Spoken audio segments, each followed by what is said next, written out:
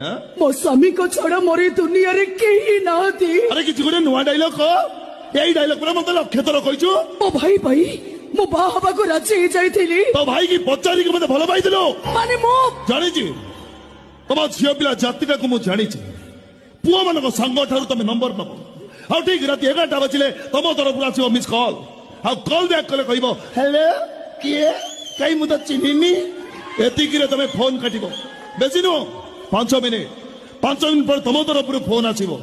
5 minute 5 ଘଣ୍ଟା 5 ଦିନ 5 ମାସ ଯେତେବେଳେ ବେଟର ମିଳିଯିବ ନମ୍ବର ଚେଞ୍ଜ ପ୍ରେମିକ ବି ଚେଞ୍ଜ।